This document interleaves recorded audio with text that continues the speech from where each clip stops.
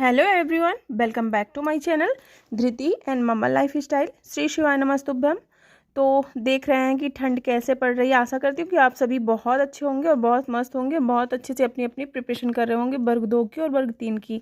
तो इसी उम्मीद के साथ आगे बढ़ती हूँ। और आज मेरे दिन की शुरुआत हुई लगभग 5:30 बजे। 5 से 5:30 के समथिंग मैं उठ जाती हूँ। वैसे कोशिश करती हूँ कि और पहले उठ जाऊँ, बट रात में ऐसा हो जाता है कि अगर बच्चे लेट थोड़ा सा सोते हैं तो मैं उतना ज़्यादा जल्दी नहीं उठ पाती। फिर उठ भी जाओ तो अगर अच्छे से नींद पूरी नहीं होती तो वो टाइम पूरा करने से कोई मतलब नहीं रहता। आप घंटे 2 घंटे ही पढ़ो, फुल कंसंट्रेशन के साथ पढ़ो, और जितना भी पढ़ो आपको याद हो, आपके माइंड में सेट हो। तो इसी इसी के कारण मैं अपना जितने भी है कम से कम 4 से 5 घंटे की नींद लेने के बाद मैं सुबह उठ जाती हूँ। फिर उसके बाद पढ़ाई करी, और सुबह का जो स्लॉट था मेरा ख़त्म हो चुका था। उसके बाद धृति के लिए मैं बना रही थी लंच, जो कि आज उसका मन था मैगी खाने का। वैसे तो मैं मैगी वगैरह बनाती नहीं, उसको देती नहीं, बट कभी कभी ऐसा ठंडी में ना पूरे जो वेजिटेबल आती हैं ग्रीन बढ़िया सब कुछ अच्छी हरी हरी, तो सभी कुछ डाल के बनाना अच्छा लगता है कभी कभी मैगी। तो उसी उसी के लिए मैं बना रही थी मैगी, जो कि अभी आज वो खा के फिर स्कूल गई। और लंच में मतलब वो थोड़ा सा मैगी ज़्यादा खा ली थी, तो मतलब उसने बोला कि मुझे ज़्यादा कुछ भी नहीं खाना। फिर उसको भेजने के बाद आती है सिप की बारी। तो सिप के लिए थोड़ा सा मैं जो कि ड्राई फ्रूट्स होते हैं उनको रात में भिगो देती हूँ। सिप मेरा काफ़ी वीक है, वैसे भी देखते होंगे आप लोग, तो वो थोड़ा सा ज़्यादा कमज़ोर है, मतलब उसकी हेल्थ भी शुरू से अच्छी नहीं थी, तो उसको थोड़ा सा हेल्थ इशूज़ रहते हैं। तो उसके लिए मैं जो कि ड्राई फ्रूट्स फुला देती हूँ, रात में भिगो देती हूँ, फिर उसको सुबह उसका पेस्ट बना के उसको पिला देती हूँ, तो वो पी लेता मीठा मीठा। फिर उसके बाद मैं नहा धो के पूजा करने गई। और पूजा करने के बाद मतलब ठंड इतनी ज़्यादा पड़ती है ना कि मतलब इतना कहिए मत। ये शाम का टाइम है कि उसके बाद मैं खाना पीना बनाई। और शाम दोपहर का ये आपको शाम का दिखा रही हूँ, मतलब 6-7 के टाइम से 8-9 बजते ही इस तरह का हो जाता है पूरा माहौल। मतलब इतना ज़्यादा ठंड की धुंध की कोहरे की वजह से कुछ भी दिखाई नहीं देता सामने तक के घर वगैरह।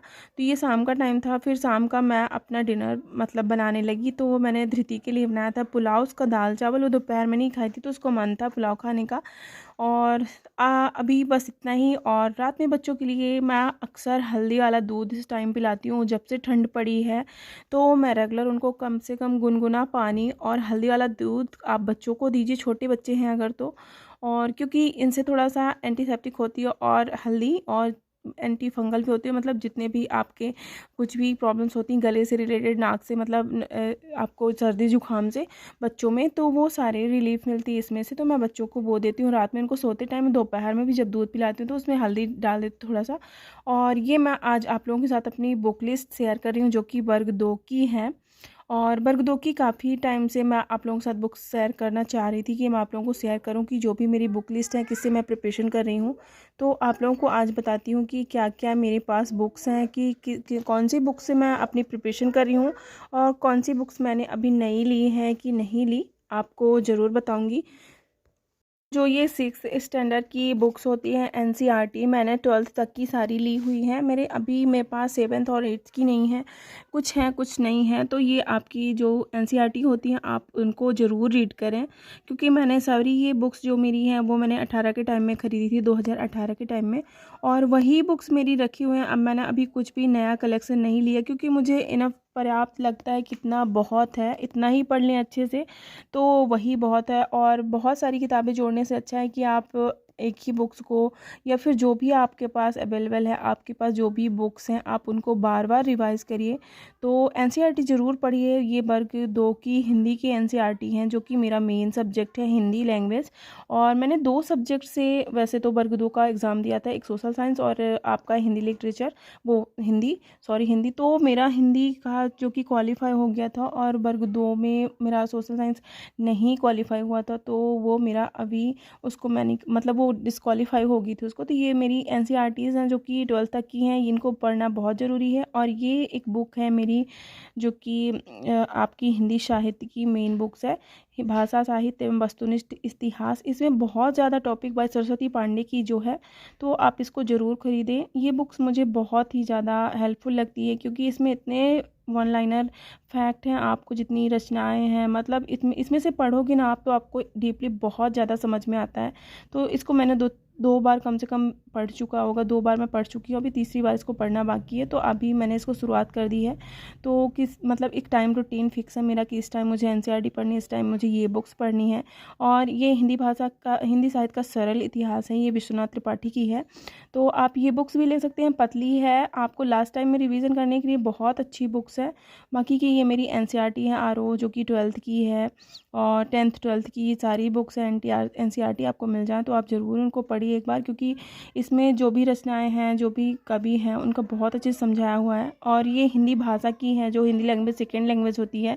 तो ये मेरा ये लूसेंट की है, इसमें बहुत अच्छा है, मुझे लूसेंट ठीक ठाक लगती है। बस इन्हीं बुक्स को मतलब उस टाइम तो मैंने जब ये पात्रता परीक्षा दी थी तो मेरे पास ये लूसेंट की लूसेंट थी और घटना चक्र थी। सिर्फ मैंने 2 बुक्स को पढ़ी थी बहुत अच्छे से, और मैंने बार बार 2 ये 18 की एक ये भी बुक्स मेरे पास थी।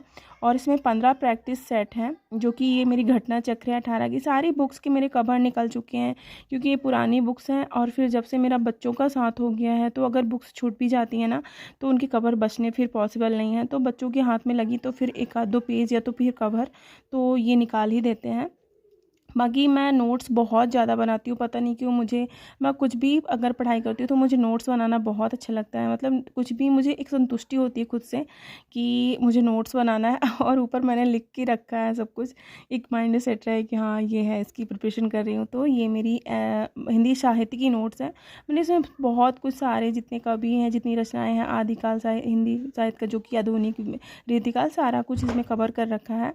तो इसको नोट्स में मैं पढ़ती हूँ, बाकी बुक से भी रिवीजन कर रही हूँ। तो ये मेरी नोट्स हैं, कुछ मैंने बहुत सारे नोट्स नहीं बनाए, बट 3-4 नोट्स हैं। एक ये रहता है कि एक आप खुद से संतुष्टि, खुद के नोट्स बनाओ, खुद से रिवीजन करो, तो वो आपको समझ में आता है। तो नोट्स ज़रूर बनाना चाहिए आपको। नोट्स से आप लास्ट टाइम में रिवीजन कर सकते हैं एंड बहुत हेल्प होती है। मानिए इस बात को, जितना हो सके नोट्स ज़रूर बनाएं।